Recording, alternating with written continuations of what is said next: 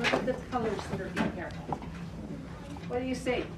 Brown. Browns, Red. orange, Red. a little bit of red. Little green. I see yellow. Okay. So they're all colors that are in nature, aren't they? Do you see lots of trees there? No. No. I see little Very bushes. few trees. Okay, now while I'm talking to you without you talking and without you being really noisy, what I need you to do is take your ball of clay and you're just going to squeeze it in one hand, put it in the other hand, squeeze it in one hand, put it in the other hand. What you're doing is softening it up while I'm talking to you. Okay, long time ago, the people that were left in this area, the Navajos and the Hopis, started doing what we would say is pottery today. But they did it for specific reasons. The first one was a practical reason. They needed pots and they needed bowls to be able to eat out of. They needed pots to store things in. And so as they were developing this, it became an art also. When they started, they would use clay that was in the soil. And this is probably after a big storm. You know how in the desert area you get puddles and then the clay, as the water evaporates from it, it dries out, and this is what it looks like. Yeah. They would take that clay, and if it had sticks or rocks or things like that in it, they would pick those out very carefully, and then they would take the clay that was left and they would break it up. Now, how many of you had cereal for breakfast this morning? Wait. How many had cereal? What did you eat your cereal out of? Huh? What did you eat out of? A bowl.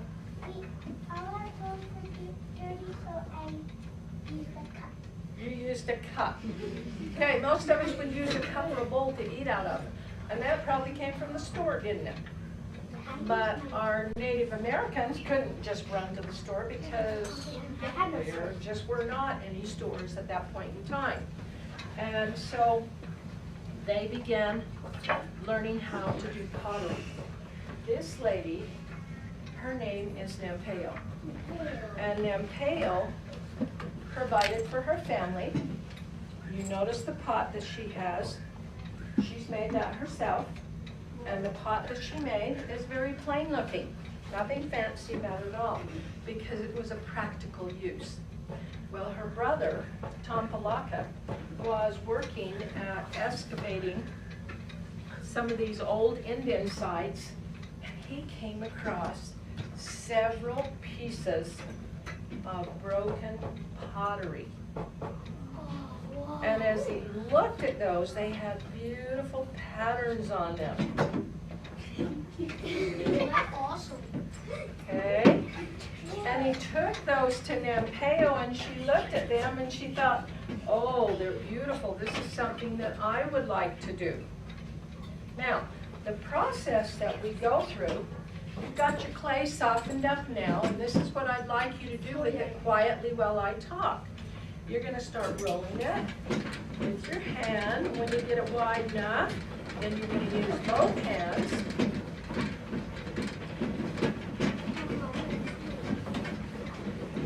And you're going to make a long snake shape. Remember, I'm talking with you while you're doing this, so please listen. Okay, once Nampeo would get it to this shape, then she would start by coiling it around, like a snake coil. Okay? She brings it around, and this is going to, yes, you can do this too. This is going to be the base of her pot that she is making. And this is the process she's going to use for every bowl and every pot that she makes. Now remember, up to this point in time, this was just for practical use, okay? Once she gets it to this position, she's going to take an old shard and she's going to start pushing with it and blending it to where it becomes a solid piece, okay? And she's going to continue in doing this until she ends up with a pot.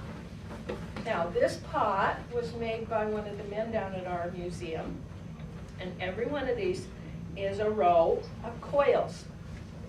Then he took the shard and started smoothing it off. He put a little water on it and smoothed it, a little water and smoothed it, until he got the pot that he wanted. Now, if I were just to take that pot and dry it out in the sun, it would be a beautiful looking pot, but it wouldn't be practical. And the first time I put water in it or use it, it's going to break apart because it's not fired properly. Okay, so he's got to go through another process. So we're going to look at the process that they go through as they do their pot. If they want a design in it, that design comes by using these broken pieces of shard and pushing on it and carving with it to make the shape that we want. This one has not been fired.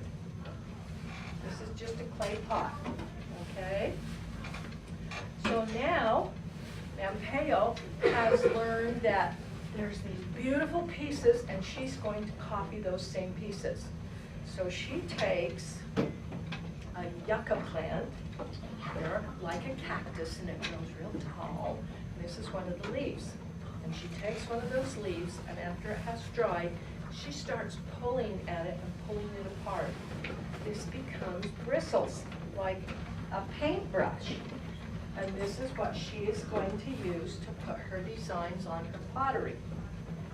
Now I have several pieces of pottery that we'll look at in just a few minutes, but we're first going to look at the process that she has to go through in order to cook that pot. So, first thing she's going to do, now remember, not a lot of trees here. So they're going to have to use natural things. Do you remember talking about buffalo chips? Yeah, there's buffalo. Okay. The Indians have a lot of sheep, some goats, and so they use the chips or the dung of those animals to make their fire. So she's going to get that started, a very hot fire. Once she gets that hot fire, then she's going to take some of these shards and she's going to start stacking those around to make a place to put her pot on. Okay? Here's the pot that she has designed, and she's going to put it in the fire upside down. What makes fire burn really, really fast? No, there's no coal in this.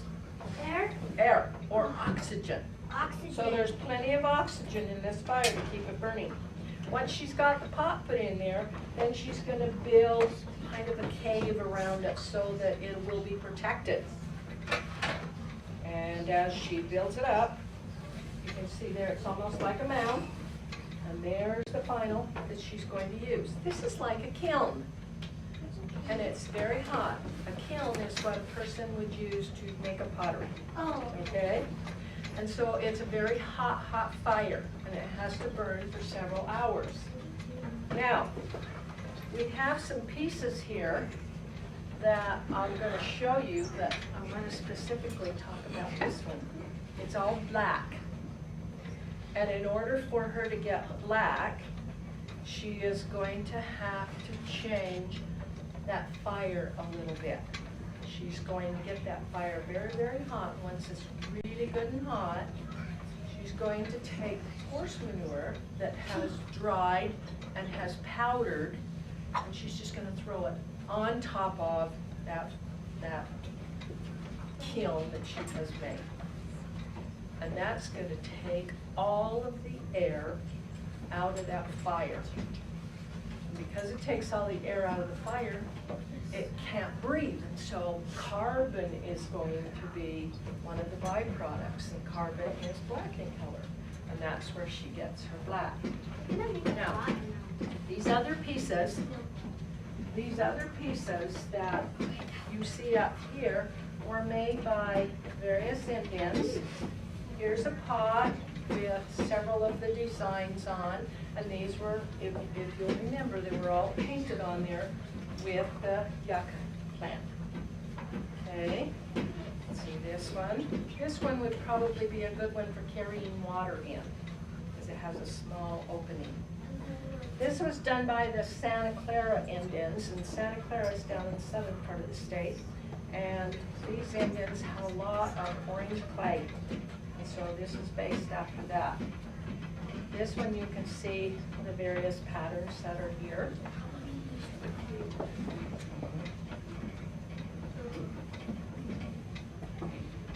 Here, this one you see the design on the top. Look at the design around the sides of it. Okay.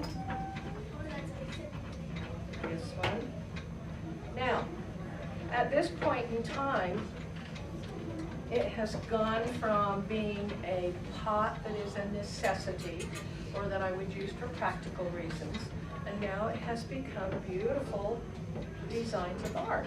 And so those designs of art are going to be sold to people like us.